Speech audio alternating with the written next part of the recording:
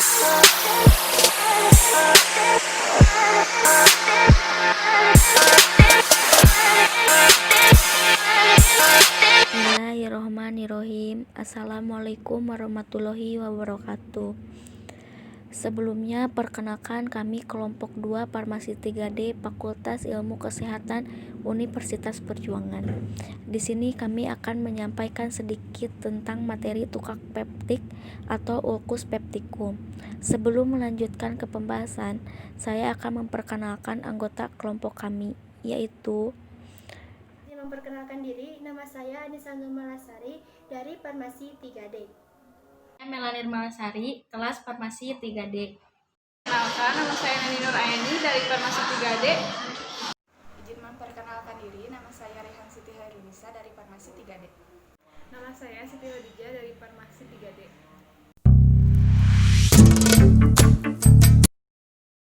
Peptik merupakan penyakit akibat gangguan pada saluran gastrointestinal atas yang disebabkan sekresi asam dan pepsin yang berlebihan oleh mukosa lambung. Tukak peptik juga merupakan keadaan terputusnya kontinuitas mukosa yang meluas di bawah epitel atau kerusakan pada jaringan mukosa, submukosa, hingga lapisan otot dari suatu daerah saluran cerna yang langsung berhubungan dengan cairan lambung asam atau pepsin. Ada juga patofisiologinya. Sel parietal mengeluarkan asam lambung HCl. Sel peptik atau zymogen mengeluarkan pepsinogen yang oleh HCl dirubah menjadi pepsin, di mana HCl dan pepsin adalah faktor agresif, terutama pepsin dengan pH kurang dari 4, sangat agresif terhadap mukosa lambung. Bahan iritan akan menimbulkan efek barir mukosa dan terjadi difusi balik ion hidrogen. Histamin terangsang untuk lebih banyak mengeluarkan asam lambung, timbul dilatasi dan peningkatan permeabilitas pembuluh kapiler, kerusakan mukosa lambung, gastritis, dan tukak lambung. Klasifikasi tukak lambung berdasarkan kriteria Johnson dapat diklasifikasikan menjadi 5 tipe, yaitu tipe pertama merupakan tipe yang paling sering ditemukan. Umumnya, lokasi tukak berada di insikura angularis pada curvatura minor, dekat dengan perbatasan antara antrum dan mukosa korpus. Pasien dengan tukak lambung ini biasanya mempunyai kadar sekresi asam lambung yang normal atau sedikit menurun. Lalu tipe kedua, yaitu dihubungkan dengan keadaan penyakit tukak peptik dalam kondisi aktif atau diam. Pasien dengan tipe ini memiliki kadar sekresi asam lambung yang normal atau sedikit meningkat. Tipe ketiga, tukak lambung ini merupakan tipe dengan lokasi tukak prepilorik. Seperti halnya tipe kedua, pasien dengan tukak lambung ini memiliki kadar sekresi lambung yang normal atau sedikit meningkat. Lalu tipe keempat, yaitu lokasi tukak berada dekat dengan perbatasan gastroentero. Pasien dengan tukak ini memiliki kadar sekresi asam lambung yang normal atau di bawah normal. Dan tipe terakhir, tipe kelima, semua kasus tukak lambung yang diinduksi akibat penggunaan obat-obatan digolongkan ke dalam tipe ini, tanpa melihat lokasi spesifikasinya. Ulkus biasanya sembuh sendiri, tetapi dapat timbul kembali. Gejalanya bervariasi tergantung lokasi ulkus dan usia penderita. Seperti contohnya pada anak-anak dan orang tua. Biasanya tidak memiliki gejala yang sering didapatkan atau tidak ada gejala sama sekali. Gambaran klinis utama ulkus peptikum adalah kronik dan nyeri epigastrium. Nyeri biasanya timbul 2-3 jam setelah makan atau pada malam hari, sewaktu lambung kosong. Nyeri seringkali terasa seperti teriris, terbakar, atau rasa tidak enak. Penderita ini sering mengeluh mual, muntah, dan regurgitasi. Regurgitasi yaitu perasaan adanya cairan atau makanan yang bergerak ke atas kerongkongan sehingga beberapa penderita bisa sampai muntah. Nyeri yang dapat membangunkan orang ketika malam hari juga ditemukan. Seringkali nyeri timbul sekali atau lebih dalam sehari, selama beberapa minggu dan hilang tanpa diobati. Namun nyeri biasanya timbul kembali 2 tahun kemudian dan terkadang juga dalam beberapa tahun kemudian. Selanjutnya tentang diagnosis. Diagnosis tukak peptik biasanya dipastikan dengan pemeriksaan barium radiogram. Bila radiografi barium tidak berhasil membuktikan adanya tukak dalam lambung atau duodenum, tetapi gejala-gejala tetap ada, maka ada indikasi untuk melakukan pemeriksaan endoskopi. Penerapan kadar serum gastrin dapat dilakukan jika diduga ada karsinoma lambung.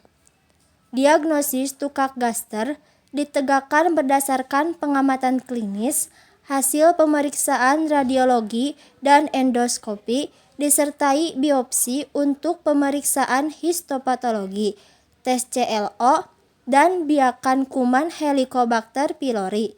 Secara klinis, pasien mengeluh nyeri ulu hati, kadang-kadang menjalar ke pinggang, disertai mual dan muntah. Radiologi, terlihat gambaran niche atau krater. Endoskopi, terlihat tukak gaster, enggan pinggir teratur, mukosa licin, lipatan radiasi keluar dari pinggir tukak secara teratur. Hasil biopsi tidak menunjukkan adanya keganasan pemeriksaan tes CLO, PA untuk menunjukkan apakah ada infeksi Helicobacter pylori dalam rangka eradikasi kuman. Pemeriksaan endoskopi saluran makanan memudahkan diagnosis tepat ulkus duodenum. Endoskopik tidak diperlukan untuk diagnosis ulkus duodenum jika telah dikenali dengan pemeriksaan radiografik barium. Farmakologi dan non-farmakologi. Yang pertama adanya terapi farmakologi, yaitu antasida, omeprazol, lansoprazol, sucralfate, esomeprazol, pantoprazol. Yang pertama adanya penghambat pompa proton atau PPI, menurunkan kadar asam lambung dan meredakan gejalanya. Contohnya esomeprazol. Yang kedua antagonis H2, obat penurun produksi asam lambung, contohnya simetidin. Yang ketiga bismut subsalisilat, untuk melapisi dan melindungi luka dari asam lambung dengan cara membunuh produksi penyebab infeksi. Yang keempat antibiotik, untuk membunuh bakteri H. pylori, contohnya amoxicillin. Selanjutnya untuk terapi non-farmakologinya.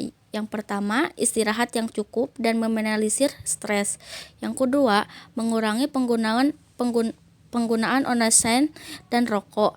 Yang ketiga, memperbaiki konsumsi sayur dan buah yang mengandung vitamin A dan vitamin C. Yang keempat, membatasi konsumsi alkohol. Yang kelima, mengurangi penggunaan NSAID. Yang terakhir yaitu menghindari konsumsi susu. Ini merupakan salah satu contoh kasus tentang ulkus peptikum. Seorang pasien berusia 43 tahun mengeluh sakit perut sejak beberapa hari. Nyeri dirasakan di seluruh perut, namun paling berat di ulu hati. Nyeri dirasakan menusuk-menusuk dan berlangsung terus-menerus serta memberat bila pasien makan. Hal ini menyebabkan nafsu makan pasien menurun drastis dan membuat pasien takut untuk makan. Minum air tidak memperberat rasa nyeri. Pasien juga mengeluh mual dan muntah yang muncul setelah nyeri timbul. Riwayat BAB hitam disangkal oleh penderita. Pasien sering telat makan dan jarang sarapan pagi sebelum bekerja. Makanan yang dimakan umumnya berbumbu pedas karena pasien sendiri gemar makan pedas. Pada saat makan, pemeriksaan didapatkan ulser pada gaster pasien dan didiagnosa ulkus peptikum. Pada riwayat pengobatannya, keluarga pasien belum pernah mencari pengobatan atau berusaha mengobati penyakit pasien saat ini. Namun, pasien sering minum obat rasa sakit atau NSAID untuk penyakit rematiknya. Pasien sering menderita nyeri perut sebelumnya, terutama bila telat makan. Nyeri perut umumnya tidak berlangsung lama dan akan hilang beberapa saat setelah pasien makan. Pasien juga memiliki riwayat penyakit rematik pada lutut yang sering kumat. Untuk penyelesaian kasus di atas, dilihat dari identifikasi swabnya, yaitu yang pertama subjektif, nyeri abdominal, mengalami gangguan perut dan pencernaan, terdapat bercak darah di feses atau hemokul, dan anemia. Untuk objeknya, yaitu tanda-tanda vital dengan BP 110/50 puls, 90 rest, dan 20. Asesmennya, yang pertama ada problem 1, infeksi H. pylori. Hal ini dapat dilihat dari hasil pemeriksaan, menunjukkan adanya ulser di lambung di bagian bawah dengan adanya pendarahan dan perlu diatasi segera. Problem yang kedua, pengaruh obat-obatan NSAID. Dilihat dari gejala-gejala subjektif, diperparah karena sering mengonsumsi obat-obatan NSAID dan hal ini perlu diatasi dengan segera. Dan problem yang terakhir yaitu anemia belum tertangani dan perlu diatasi segera. Untuk plannya, problem yang pertama, infeksi Helicobacter pylori. Rekomendasikan untuk menjaga asupan nutrisi, karena nutrisi merupakan aspek yang harus diperhatikan untuk menciptakan suasana yang baik bagi lambung. Kemudian, rekomendasikan untuk selalu menjaga kebersihan, karena kebersihan merupakan faktor penting dalam transmisi Helicobacter pylori. Diberikan juga obat antibiotik untuk menghilangkan bakteri Helicobacter pylori. Untuk plan problem yang kedua, pengaruh obat-obatan NSAID, rekomendasikan kepada pasien agar tidak sembarang mengonsumsi obat NSAID. Rekomendasikan juga untuk mengonsultasikan obat terlebih dahulu kepada dokter guna mengetahui dosis yang paling tepat dan sesuai. Untuk plan ketiga, anemia, rekomendasikan untuk menerapkan pola hidup sehat, rekomendasikan untuk berolahraga, rekomendasikan untuk menjaga asupan nutrisi, dan rekomendasikan untuk meminimalisir stres. Untuk edukasi pasiennya, yang pertama, pencegahan infeksi. Upaya pencegahan infeksi H. pylori dapat dilakukan dengan menjaga kebersihan tubuh dan mencegah penularan, karena kebersihan merupakan faktor penting dalam transmisi Helicobacter pylori. Yang kedua, menjaga pola makan. Penting untuk diingatkan kepada pasien untuk makan tepat waktu 3 kali sehari. Pola makan yang teratur membentuk pola produksi lambung yang lebih teratur. Selanjutnya, omega 3 polyunsaturated fatty acid merupakan komponen yang terkandung dalam minyak yang didapat dari berbagai jenis ikan dan sayuran. Penelitian mengindikasikan bahwa omega 3 tersebut memiliki efek anti radang, antioksidan, dan antimikrobal terhadap Helicobacter pylori. Yang terakhir ada gaya hidup.